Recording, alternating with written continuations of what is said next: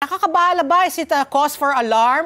Tapos binanggit na nga ni Ali yung mga Pilipino na nahuhuli rin kasama itong mga Chinese spies, in quotation, kasi hindi pa natin po natutukoy kung sila po talaga ay mga espiya ng China.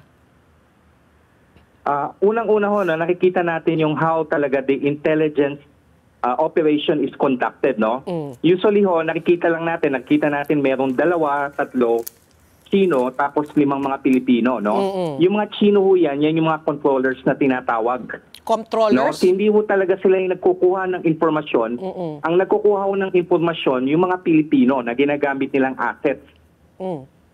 So ganyan, nakikita nyo na yung una ho, huli natin yung meron siyang kumukuha ng mga 3D images ng mga camp. Isa lang siya. Tapos 4 yung Pilipino na kasama niya. Yung recent ho, nakita natin 2 Chino, tapos 4 o 3 Pilipino nagde-drive. No? Ganyan ho talaga yung operation ng intelligence. Meron kayong tinatawag nating controller na siya ay nagpipinansya, siya nag-ooperate, siya nagbibigay ng mga kailangan kunin, at yung mga Pilipino na nagiging mga assets. No? Klasiko yan, no? Tapos nakikita rin ho natin yung mga kinukuha na nila ng informasyon, mga military camps, nabanggit pa ho yung US Embassy. Tapos hindi ho natin siguro pumapasyal rin ho sila doon sa mga police at saka sa mga security agencies natin. Lalo na ho yung recently na nakuha, na nakita ho nila na gumagamit ho sila. Ito yung term na ginagamit ho sa intelligence, signal intelligence. Which means? Signal intelligence. No? Yeah. Meron silang IMSI machine na nagka-catch ho ng mga text messages, mga messages, mga tawag ko sa cellphone ho, talaga hong kumbaga sinusuyod niya. At meron silang kakayanan at of course, it's talaga well-financed operation ho, to signal intelligence. No, very revealing ho, talagang they were caught red-handed. No, ang sabi nga ho ng aking kaibigan sa Armed Forces of the Philippines, we are just seeing what is called the tip of the iceberg. Talaga, oo. Because, why is this just the tip? Why do you say that po? Na bakit tip lang po ito? Kasi matagal na, palagay ko, matagal na rin ho yung operation nila. Hindi lang ho talaga pinapansin, binibigyan pansin ng gobyerno natin. Kasi for so many years, nakafocus ho ang mga intelligence agencies ho natin, no? Both sa military ho, saka sa tinatawag natin sa civilian, sa tinatawag natin strategic intelligence. Katulad ho ng National Intelligence Coordinating Agency.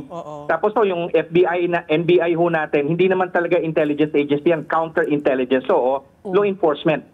Nakafocus ho yan sa internal security. So, ito kasi nakita for natin. so many years, ang focus ho talaga natin, hanapin yung mga sino ba member ng Politburo ng Communist Party of the Philippines? Ilan ba yung mga terrorist cells na nag-ooperate ng Abu Sayyaf? Sino ba yung pumalit sa leadership nung namatay ho yung dati hong ng head ng MILF? Ngayon ho, it is an entirely different ballgame. Ayun. Kasi ito, kasi ang kaharap na ho natin, kumbaga, state actor na may mga resources ho, may mga capabilities ho, talaga may mga kumbaga meron mga siyang mga intelligence agency. Of course, ang China ho, yan dyan yung Ministry of State Security.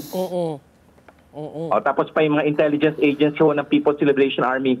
So it's an entirely different ballgame ho pagdating ho sa ating mga security agencies ho.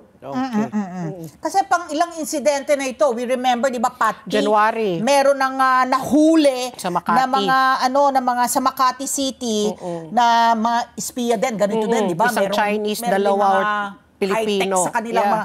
Tapos yung sa Palawan, di ba? Na nagkakabit ng mga CCTV camera sa mga coconut trees. Na nakatapat talaga doon sa sa dagat. Sa dagat. Kaya nagugulat talaga. Abay, nauuna pa yung mga Chinese boats dito sa mga roro natin. Ayun yung tinatawag na all-domain intelligence operation. All-domain. Meaning? Yung unang nahuli ho, ang ginagamit niya ho, yung gumagamit siya ng 3D image intelligence, IMINT.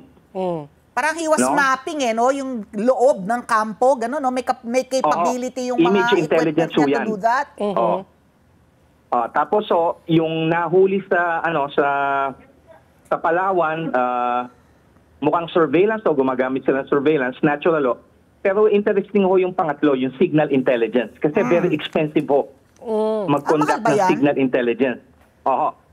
Oh, very modern pagdating natawag natin signal intelligence. Kasi nag-i-intercept po kayo ng mga tawag. Yeah. Ngayon siguro maaaring meron nagpipick up ang ating communication. Signal intelligence ang tawag ho dyan. Oo nga.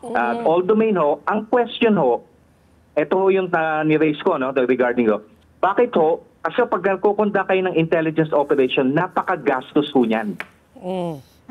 Napakagastos. Unang-una, magpapadala kayo ng mga trained intelligence operatives, tapos yung controller nyo na padadala nyo, yan pa yung mga magbabayad sa mga assets.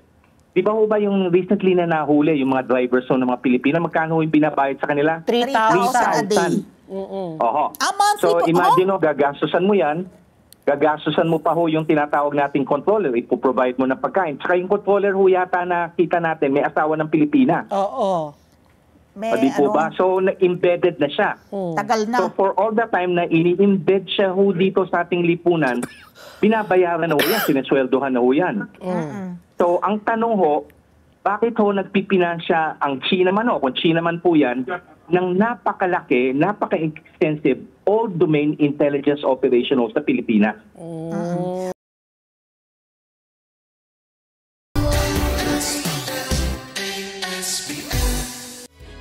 Together, Sunday 25, Sunday 25.